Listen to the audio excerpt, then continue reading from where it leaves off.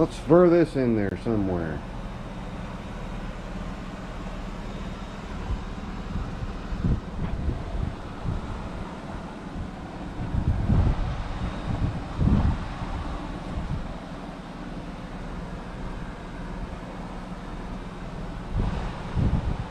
Look how nice this 1983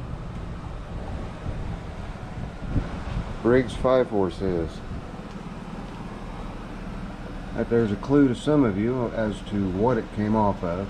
The gentleman that I got this off of is the one that I'm rebuilding the Kohler 12-horse for. And we just worked it into what the rebuild on the Kohler is going to be, but it was only 25 bucks. That's all he wanted for it.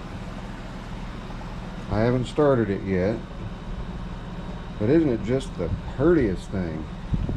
Especially for its age. What was that, 27 or 40, 30, how, count, Zippo, 37 years old? Yeah, but I'm just questioning exactly how old the fuel is. That's what I pulled out of the gas tank. So I've got more to pull out. Fortunately, this is a siphon type carburetor. It pulls fuel up, and so there shouldn't be anything in the carburetor itself or in the little reservoir that's right up under here. That should be dry as well. So let me finish getting this fuel out. Take a look inside the gas tank to show you guys that it's definitely very orange, but bottom of that tank's just as clean as it can be. Really, really, really nice. In fact, the whole engine is just phenomenal. I don't believe I've ever seen a 5-horse this clean, but that's how this guy rocks and rolls. Everything is really, really clean. Even the Kohler he brought me to rebuild is super clean. But when we get the rest of the fuel out, we'll put some new fuel in, and we'll see about doing a cold start. Then we'll get back out there to the white MTD white zero turn. So hang on.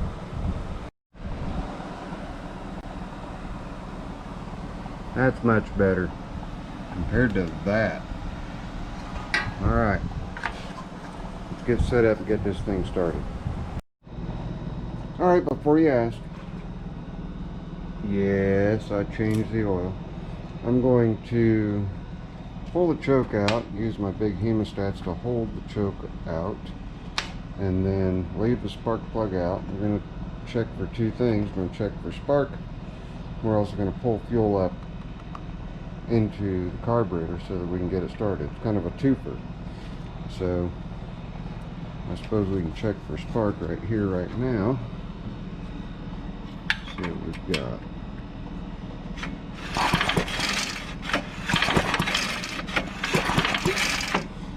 Our throttle might be all the way off.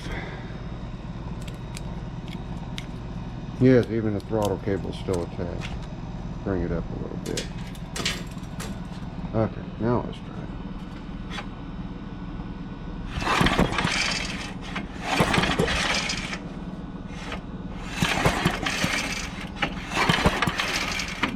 Okay, we can see that we've got spark. So let me pull fuel up into the carburetor. And hold that right there.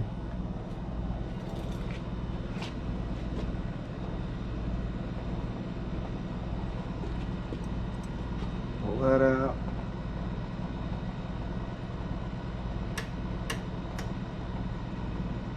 Alright. Just stay away from the spark plug. Pull it over a couple times.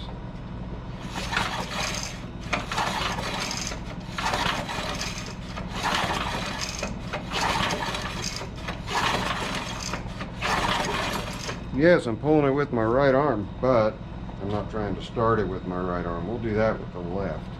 So we know we've got spark. We're going to go ahead and squirt just a little bit of fuel down in the spark plug hole, Musty One style.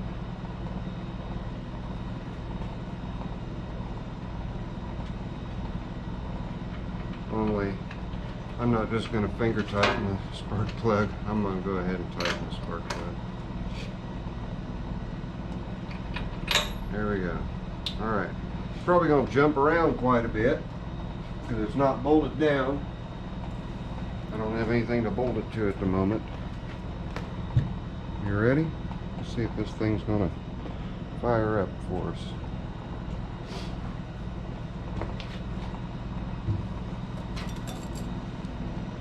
Alright.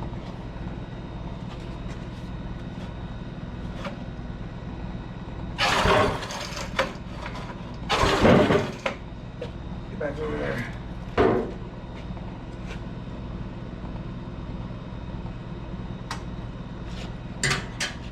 Well, they're not going to make it easy. Well, let me try to start it with the right arm.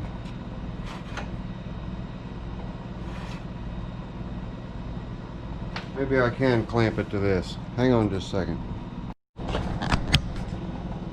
Alright, we have one clamp on it. We'll see if that'll hold it there.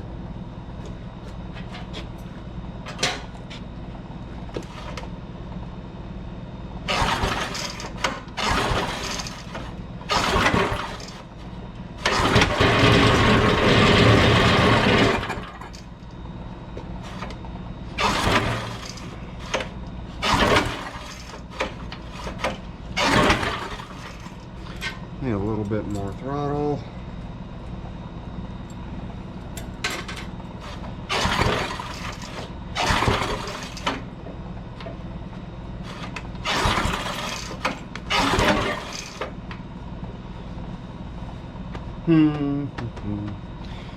See if it's pulling fuel up. We got it to pop on the fuel that I put in the spark plug hole. Thought that would be long enough to pull fuel up into it, but it might not have been. I don't see any fuel hanging out down in there. Yeah, I guess I can show you guys the air filter. Look at this air filter. That's the one that was in there. That man knows how to take care of his stuff, other than not getting the fuel out of the tank, but it's no big deal. We'll keep adding a little bit of fuel at a time. Woo, it's pouring out. It's running out all over everywhere. Every little drop I just put in there just ran out.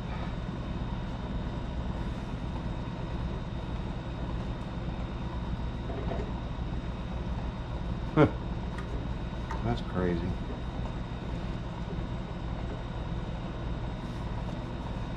It's amazing how one drop of fuel can spread to monumental areas.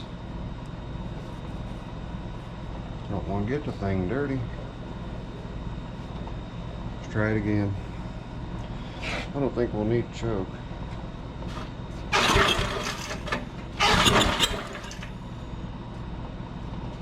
We might. Oh, we still in the view? Yeah. I'm having to be a contortionist.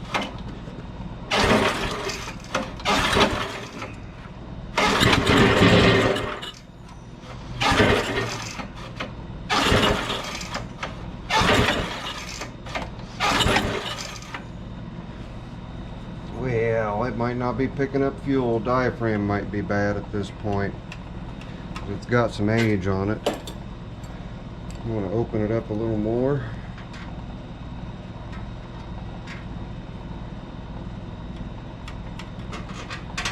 Let's see. Well, let's close it.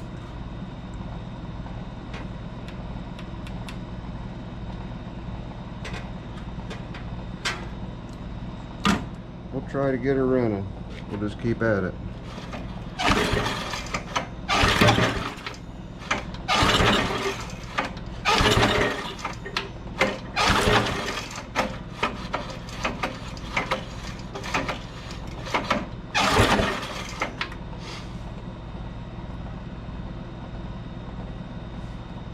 Let me go ahead and pull a couple things apart, take a look at some stuff, and then I'll come back and tell you what I found.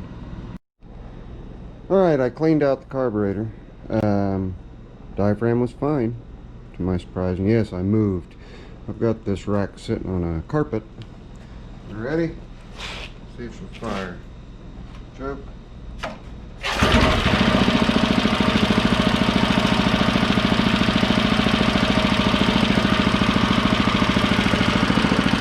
Turn like kidding.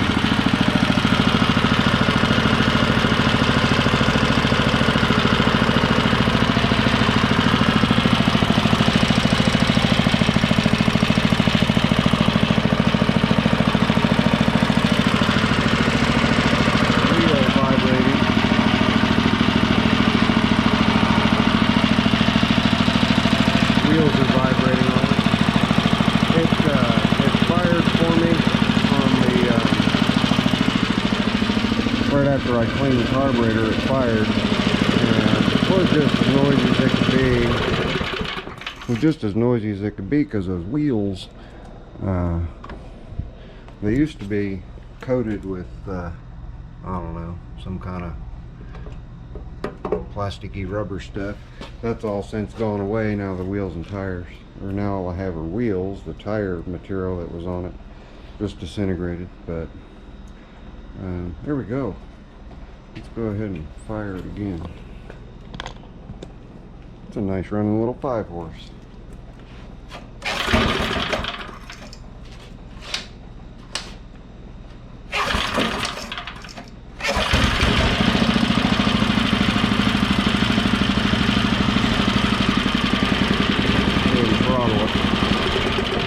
Front row. Try it again.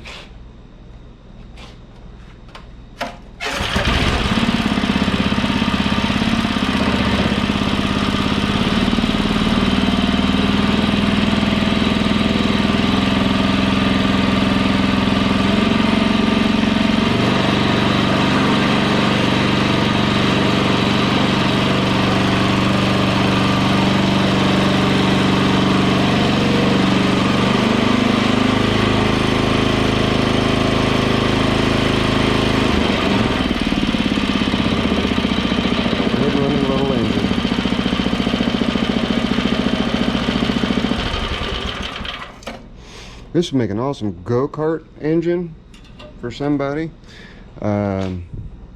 because with just a little bit of engineering, you do a double pulley setup.